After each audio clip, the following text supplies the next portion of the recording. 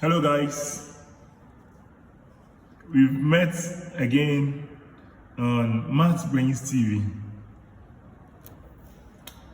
Today we are going to do through the topic equivalent fractions part 2. We have a video already on equivalent fractions and there's been the need to do another video on equivalent fractions, giving detailed explanation to the concept so that it will be easily understood by everybody. So we are taking the second part of equivalent fractions. You're going to use different illustrations to get clearer understanding. So you're going to use money as a way of explaining equivalent fractions. So let's take a scenario where two people are sharing 40 Ghana cedis. So let's draw up a table to show the various representations using the currency. So when our table is formed, this is what we get. We have the denominations or the notes that you're going to use, the number that each person gets, the value, and the fraction. All right. So two people are sharing 40 Ghana cedis. So let's take these denominations here. If they are given two 20 cedis notes to share, each person gets one. So when the denomination was 20 cedis,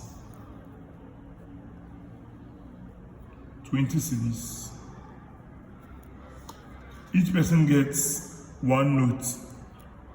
And the value that each person gets is 20 cedis. Then from the number of notes that we have and the number that each person gets, the fraction that each person gets is 1/2. That's the fraction for using the 20 cedis notes.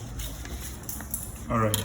Now let's use the instance where we have 10 cedis notes.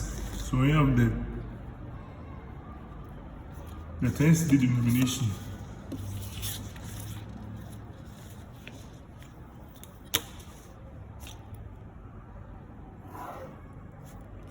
So if we have the 10 cedis denomination,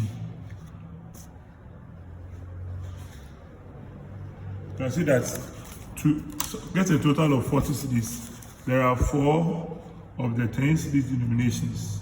So each person gets 2. Hope you understand it. So, for the number of notes that each person gets 2 notes. And what's the value of 2 10 cedis notes? It has the same value of 20 Ghana cedis. So its value becomes 20 cedis. And for the notes, there were 4 in them. So each person getting 2 of them will give us a fraction of 2/4. All right, let's use another instance where we are using 5 cedis notes. Now, get a total of 40 cedis. We have 1, 2, 3, 4, 5, 6, 7, 8. So there are 8 5 cedis notes. That gives us a total of 40 cedis. So if this is shared amongst the two people, each person gets 4 of the 5 cedis notes. The other person also gets 4 of the 5 cedis notes. All right, when we have 5 cedis, each person gets 4 notes. And that also forms the value of 20 Ghana cedis. So the value here is 20 cedis. So the fraction for each person becomes, there were a total of 8 notes. So each person gets 4. So that's a fraction of 4/8. Let's understand. Let's use these 3 scenarios. When it was the 20 cedis notes, each person gets 1 note, and that's a value of 20 Ghana cedis. So each fraction becomes 1/2. Now when we had 4 of the 10 cedis notes, each person gets 2 notes. So the number of notes that you can get is 2. And it gives us the same value of 20 Ghana cedis. So the fraction that each person gets becomes 2/4. Now when it was 5 cedis notes, there were 8 notes that totaled 40 Ghana cedis. And each person will get 4. So 4 notes will total 20 cedis. And its value is 20 cedis. So the fraction for getting 5 cedis notes is 4/8. So this helps us to clearly understand the concept of equivalent fractions using denominations. Alright, so we have already established the fact that equivalent fractions are fractions that have the same value but with different fractional representations. So you can see from our table that when it was only one note, the 20 cedis note, its value was 20 cedis. When it was 10 cedis note, there were 2 of them, and it gave us the same value of 20 cedis. When it was 5 cedis note, each person got 4 of them, and that also gave us the same 20 cedis value. So this 20 cedis represents 1/2. This other 20 cedis also represents 2/4. This 20 cedis represents 4/8. So this shows that this establishes the concept of equivalent fractions, that they are fractions that have the same value but with different fractional representations. Does everyone understand? But let us take a few examples to this effect.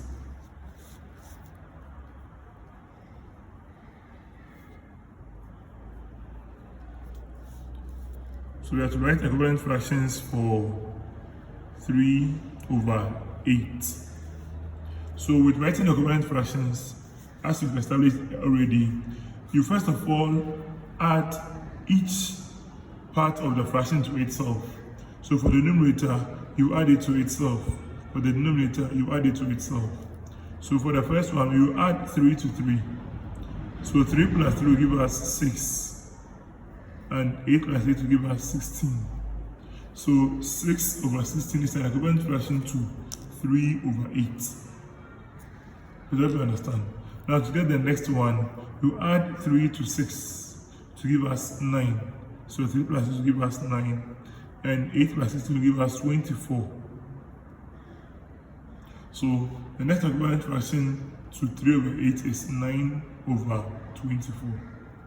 To write the next one, you add 3 to 12. Then 3 plus 12 gives us 12. 3 plus 9 gives us 12. And 8 plus 24 gives 32. So 12/32 is an equivalent fraction to 3/8. The next one, we add 3 to 12. 3 plus 12 gives 15. And 8 plus 32 gives 40.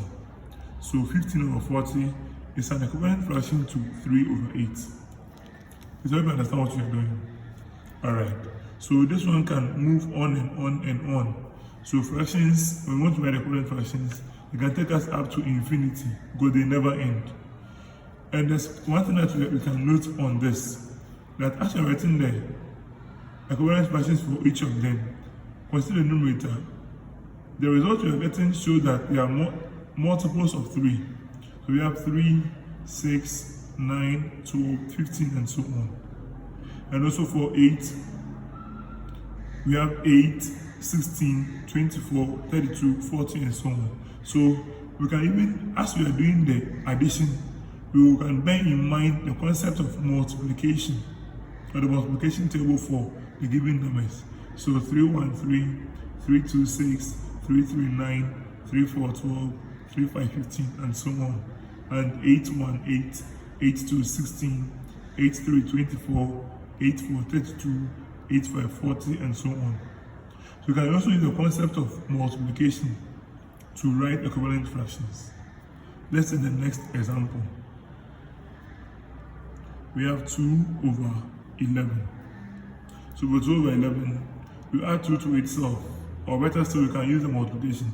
So this is 2 and 2, 2 to 4. Then we come down here, 11, 1, 11, 11 to 22. Does everyone understand it? Now, 2 and 2, 2 to 4, so we get to 2, 3, 6. So here becomes 6/11, 3, 33. So that's the next equivalent fraction.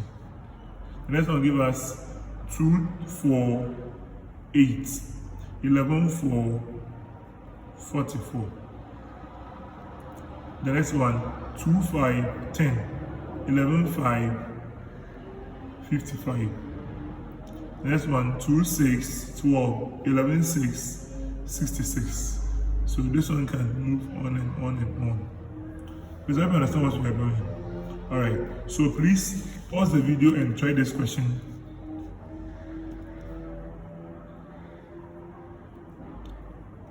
Please pause the video and try writing equivalent fractions for 5/6. Alright, so let us now find solution to this. So this will give us 10/12. I hope we got the same thing.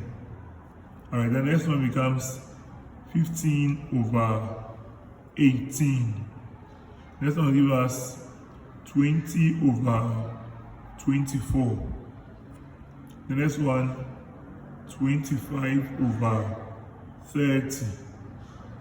The next one, 30/36.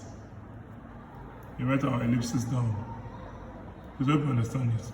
Let us try some more examples. Let us take 2 more examples. We have 1/9. So for 1/9, we will get 2/18. Good, I know you are giving out the answers with me. So the next one becomes 3/27. Good. So the next one becomes, good, you get 4/36. The next one becomes 5/45. That's very good. The next one becomes 6/54. And check, we go to the last one. Number 5. Get 7/12. This one also will give us 14/24. 21/36. 28/48. 35/60.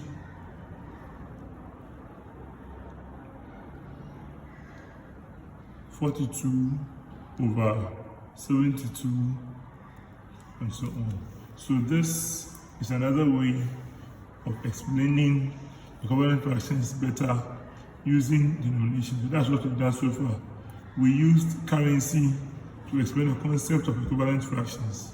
So please do well to go over the videos and understand the concepts so that you can easily apply it.